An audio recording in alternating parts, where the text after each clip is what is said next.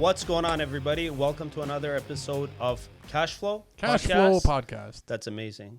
I am Caesar, and this is... Yeah, you can laugh. It's okay.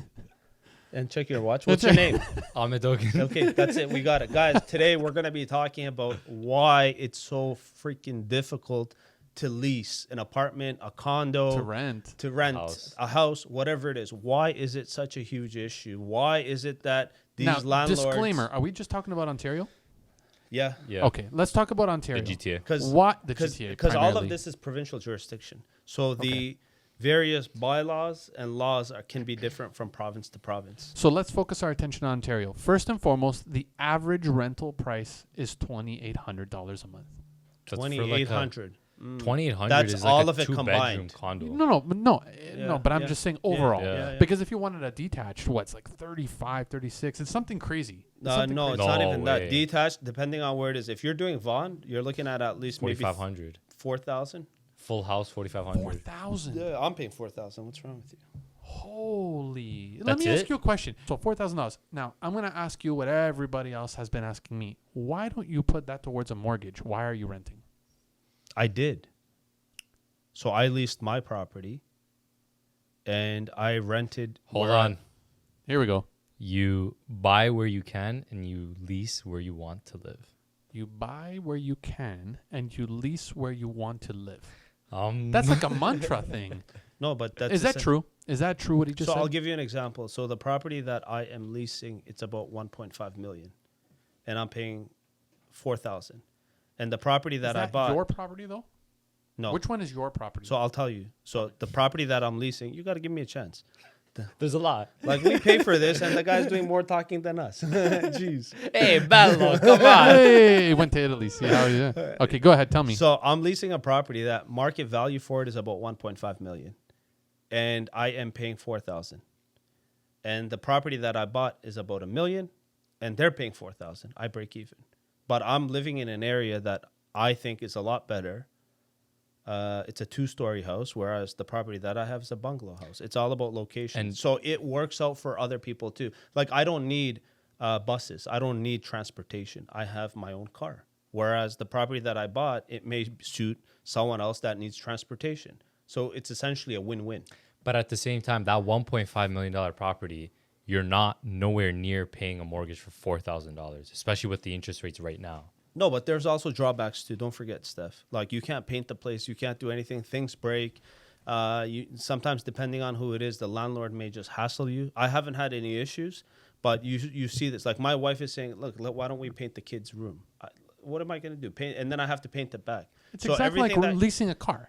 You can't do whatever you want. That's exactly it. So there's definite drawbacks, but overall, I'm happier this way, though. When I do a cost-benefit analysis, it makes more sense for me to lease where I want to live and for me to buy where I'm getting the greatest ROI. Really? Return on investment, boys That's right. and girls. But one hand washes the other. Because if you're It depends on what you did with your hands. if you're leasing your property for 4,000 and then now you're leasing another one for 4,000, where's your profit? I don't need to get a profit. My profit is in the $500,000, that the difference in the two properties. So think about it this way. I am paying for a Honda, but driving, a Beamer. Oh, I see. Just That's higher. that's exactly higher living. it. Yes. Very interesting. Wait, say that again. You're paying for a Honda, but you're driving a Mercedes? Or a Beamer? whichever, one of Yeah, those. like the house is better. Oh, yeah. Basically. Yeah, The house is exactly. better. It has a pool. Yeah. It's So a corner. It's a N unit. I hate N units. Why? I love No N privacy. units. No privacy. You're right in the corner, man. Everybody's seeing your business. What if the house is fenced off? It's not. Is your no house is fenced off at the front? That's besides the point. Like, we're not Anyway, there. exactly. That's okay. But So I like it though. now, what would you say to the people who are renting out those condos for $2,800? Is there another alternative for them, or is that's what it is? This is what it is. Yeah, they have no choice. No choice. No, they have to rent it. 2,800. Everybody has a negative cash flow, so every All the month they condo have to. owners. Yeah, All the condo owners. Yeah. depending on when you buy. Wow. So yeah, especially with what's going on, it does not make sense. It's very, very difficult to lease your place as well. Like everybody says, don't buy this, buy that. Oh, I like cringe, because like even this, I don't know if you see this. You have these, bullshit, whatever, top producing, my own people, like agents and this, and they showcase one small shitty bungalow. They say, oh, don't buy this brand new house, buy this shitty bungalow so that you can make it this. Ask them if they've ever done it. Zippo. Probably not. No, they have no Probably not. idea. They have no idea in terms of borrowing costs, on the construction that's involved. They have no idea. They think that they're just going to hire someone and they're just going to do it and everything is fine. It doesn't work that way. You know how hard it is? Getting building permits, the soft costs alone, just by the time you reach the point of like just knocking the property, you're already down 100,000. Easy. So the one thing that I don't understand is we're talking always about the consumer, the end user, the one that's always renting. Yeah. What about the person who owns the condo, maybe bought it at a bad time, and now he's renting it out for $2,800? Does that even cover his costs? He's probably guaranteed 90% at a negative cash flow. Oh, Everybody's man. losing money, even bungalow Because houses. there's condo fees, there's maintenance costs, course, depending for on the area. condominiums, right? And that's minimum like $500, Minimum. especially with the No, sizes. even these days, buying a property, at least for a month to 2 months or even 3 months, depending on the type of tenant you're looking for, it's all negative cash flow. And what happens when you reach a tenant or you have a tenant that either guts the freaking place or chooses not to pay? What do? So then at what interest rate do you feel people will start to go into the positive? In the To be honest with you, fives, if the fours. government actually Fours? doesn't step up and get rid of all of these professional tenants, I What's don't a think professional tenant? like they take over. Like let's say you lease the place, you're a landlord yourself. I'm a landlord, yeah. Okay, But so in a you- different country. Florida's a little bit Okay, different. so Florida, you have an edge. So assume that you did it here. I don't know the type of vetting that you did in order to find the tenant that you have. It's pretty strict. So we were talking about this off camera. First and last for sure, Yeah. along with a 1 year current employment. Okay, so perfect. You have that. What happens if the person chooses not to pay later on? You're in big trouble. Okay, so I'm like, this is what it No, is. you have to go to court, and then it could take forever. And let's be But honest. rather than making it so difficult to choose a tenant, why doesn't the government just take away all of the rights that they have? Because if a tenant doesn't Like pay what? for Like 2-3 evicting 'em? months, yeah, No, but well, first of all, as a landlord, why would you ever let it go 2-3 months of not paying? The very first month, you should already start seeing red flags saying, "Excuse me, where's the payment?" okay, so then what are you going to do? Because I'm hearing that even if they miss one payment, Yeah. you're still not really able to do much. Well, Like, it correct. just takes a long In Florida, process. you can evict them right there on the spot. Here's the problem. Why isn't it You're like that out here? but if I were to do that, I'm out that money. So at the end of the day, the landlord always loses. So on Always. average, it seems like the landlord tenant board takes between 6 months to a year to give you some sort of conclusion. And by that time, you don't know the type of damage that they've done. And most likely, they have either made partial payments or no payments at all. So realistically, give or take, if you have a condo or a bungalow house, depending, you could be out anywhere between 10 to 15,000 to 30, 40,000. And you don't even know the type of damage that they've done. Exactly. And well, later that's why you have on, to have what a property happens if they manager. get a pet? No, but forget it. They can't just enter the way. There's a property manager for me. You know what they do? They come. The most pertinent thing is checking smoke and carbon monoxide detectors. That's it. If I now have a dog, which I don't have, but if I did have, what's the landlord going to do? Nothing. They're going to chew the baseboards. That's what they all like. I don't know. But what was the especially rule? dogs. Is there It no doesn't pets matter. allowed? You can't. Either if I sign that, it's not. You can't hold me But accountable you to can that. put that in the contract. No, that no, the no. landlord Even can if they go in. no, even if they no, you can go in. Yeah. But if you say you're not going to get a pet, and you do, and assuming that it's a legal pet, apart from a condo, if they have it in the Condominium Act, they can't do anything. So if it's a single residential bungalow house, they don't have a dog, let's say, and they choose to go and get, I don't know, a golden retriever. You can't do anything. Oh, but you said that you agree not to do this, and now you're doing it. Okay, so what? Take me to court. Wow. See, That's why is scary it just stuff. so easy? Like, if you're signing a contract saying that you're not allowed to do this, No, but it's one honest person to another honest person. Not everyone's like that. Not everyone has that mentality, right? Assholes. Not every So- assholes. No, but see why are the laws in favor of the tenant, yeah. more than the landlord? Only in Canada. Only in Ontario. And that's what my point was. It's like, why is it that way? Like, Because if it we're wasn't still that like way, the Flintstones. So what do you do? No, but do you kick out the person? So assume that it's a family of 5, 3 kids, husband, wife, and they can't pay. What do you do? but then Steph. what do you do?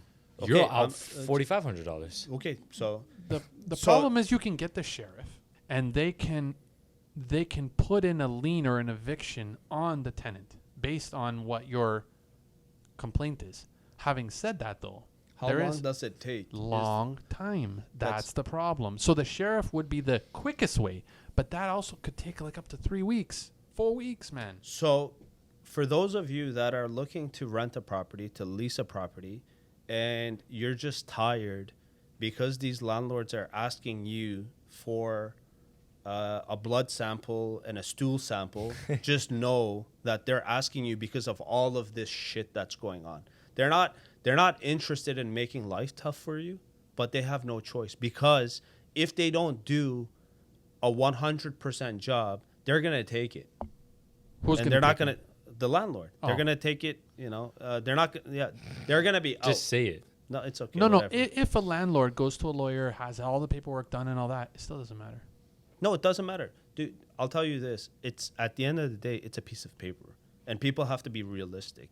Hitler said this. You're doing all of this shit. What's going on? It's just a piece of paper. What makes it powerful is the action, the consequences. Sure, the that consequences. You and I, we have an agreement to do this. What are you going to do if I don't pay you? Go sue me. Yeah, exactly. Go sue Of me. course. No, You but can't do we'll jack handle shit. we'll handle it in a different way. No, you can do whatever you want. You can't get shit. I'm telling you. I'm Italian.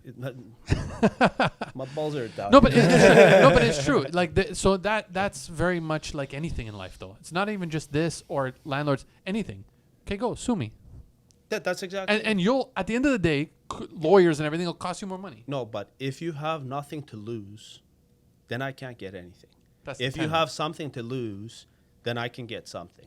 So the whole idea is you go for tenants that potentially have something to lose. Of So course. you can go, like people are losing their jobs or their credit. If their credit is not valuable to the person that you just, it doesn't matter. If they're going to be leaving the country, we have this. In So- my own community, we have people that may leave the country.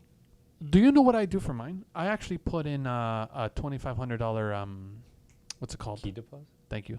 Like we're like So it- that's illegal. It's a security buddy. a security. Yeah. So that's illegal, just so you know. it's illegal here. Yes, Well, yes. in the U.S. it's not, but over here it's illegal. Yes. You cannot have a security deposit like you call it a key deposit, all of this thing, or you call it in the event that, a damage deposit. No, you can't. You can't do that no. here? You can say $200 for key deposit, let's say, and that's about it. What about if there's damages? It doesn't mean anything. You cannot put a Really? damage. Yeah, they can. And The how come only in way Florida you you can do can? that is, what's that? In Florida, you can. In Florida, I have a $2,500. okay, so in Florida, they have a functioning brain. I think that's what it is. I swear to you, it's not fair to landlords. I swear to you, a lot of these people that you see, they're not multimillionaires. They're people that are breaking their back to actually buy a property and buy a secondary property so that they can lease and so that they can leave their children with something. And you go after them by not putting in laws that is fair. We're not talking about siding with one party over another. It needs to be fair. So why do you think this? Oh, well, they're the victim. What do you want me to do? What am I going to give to the bank? My ass? Of course. What do you want me to do? Why is my credit suffering? Why are you speaking like an Italian? Well, What do that's you the want way me I to talk. do? What do you want me to do? My ass. Hey, but Hey, I will tell you It's a one good thing. I got a big one. I will tell you one thing. If someone came to you and say, "All right, so Caesar, should I rent a condo or a house, detached, semi, townhome, whatever?" What would you What would you tell them to do right now? Well, it depends on the family. Steph, if it's only two of you, I wouldn't say go rent a house. But depending on the type of landlord that you have, you can rent a full house. And depending on the legality of it, you can There's rent so the much basement. gray in that question, though. No, yeah. You can rent out someone's basement. Yeah. So that's double renting. Like but isn't that like Subleasing. So messy? you sublease it. You can sublease a house that's not yours. Yeah. Half the time, let's say you're That's the landlord. legal? How are you going to know? It depends on what you have in your contract and what's happening. Like with me, if I rent a place, I lease it to one party.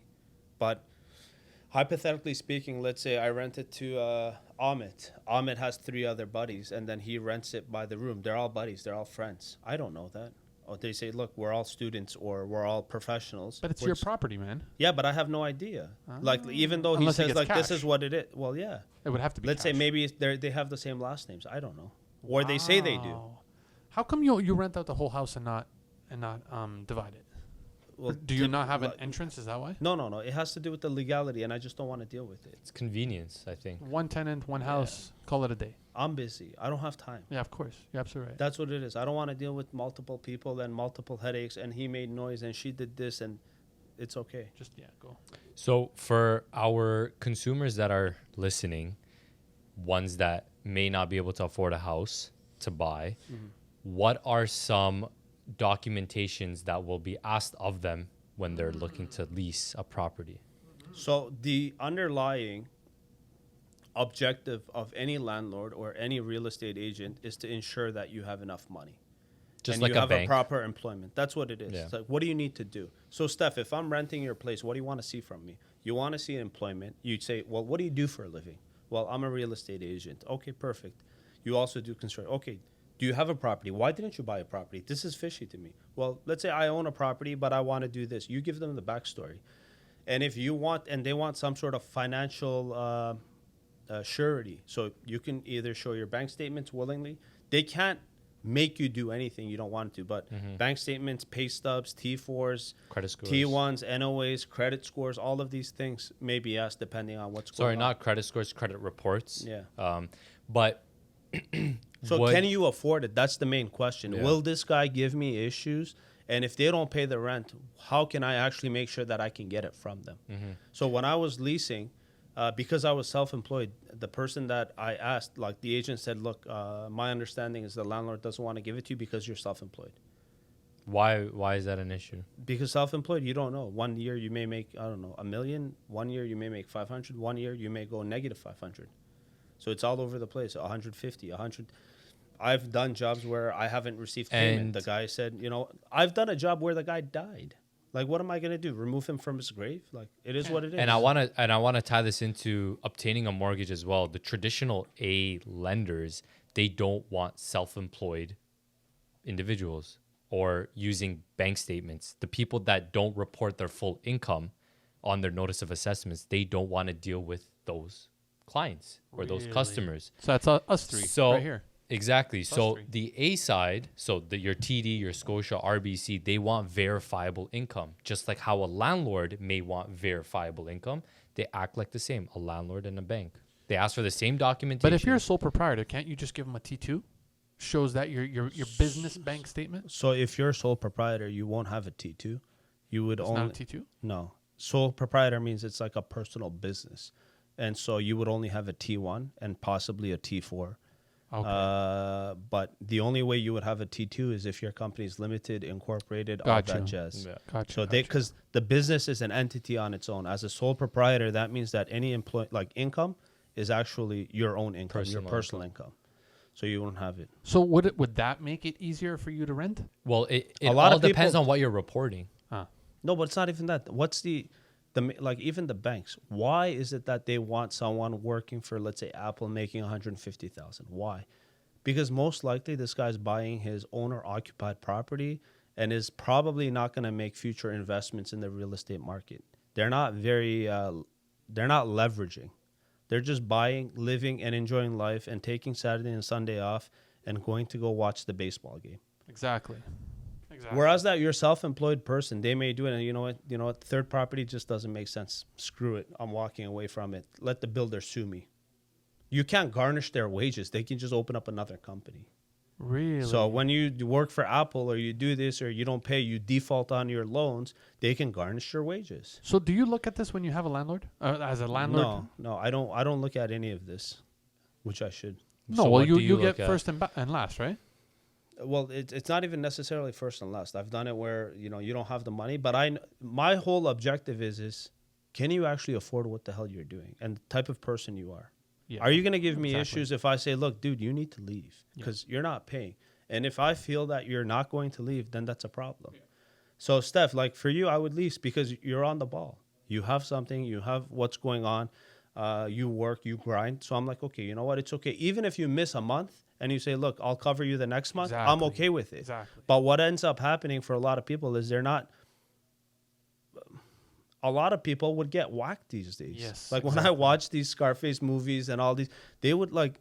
It would it's be trouble. It would And be the a thing lot of is, trouble. you're being like, I'm being fair with you, dude. If you don't have it, I get it. You know, the winter has been tough. No problem. I have a little bit of money saved. I'll use that towards the mortgage and everything. But can you, I don't know, when business picks up March, April, can you pay me back? No, they don't. They just go into a bigger mess. And if you realize that, you say, look, Caesar, I'm sorry. I'm moving out because of this. And I don't want to give you more trouble. And you leave.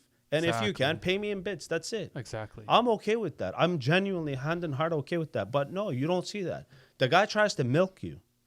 You know, he wants to. Why do you think, to end this episode, why do you think this mentality is now Because happening in we our have economy? a fucking group of people that are very, very entitled. They think they're entitled to this shit. And the government, we have.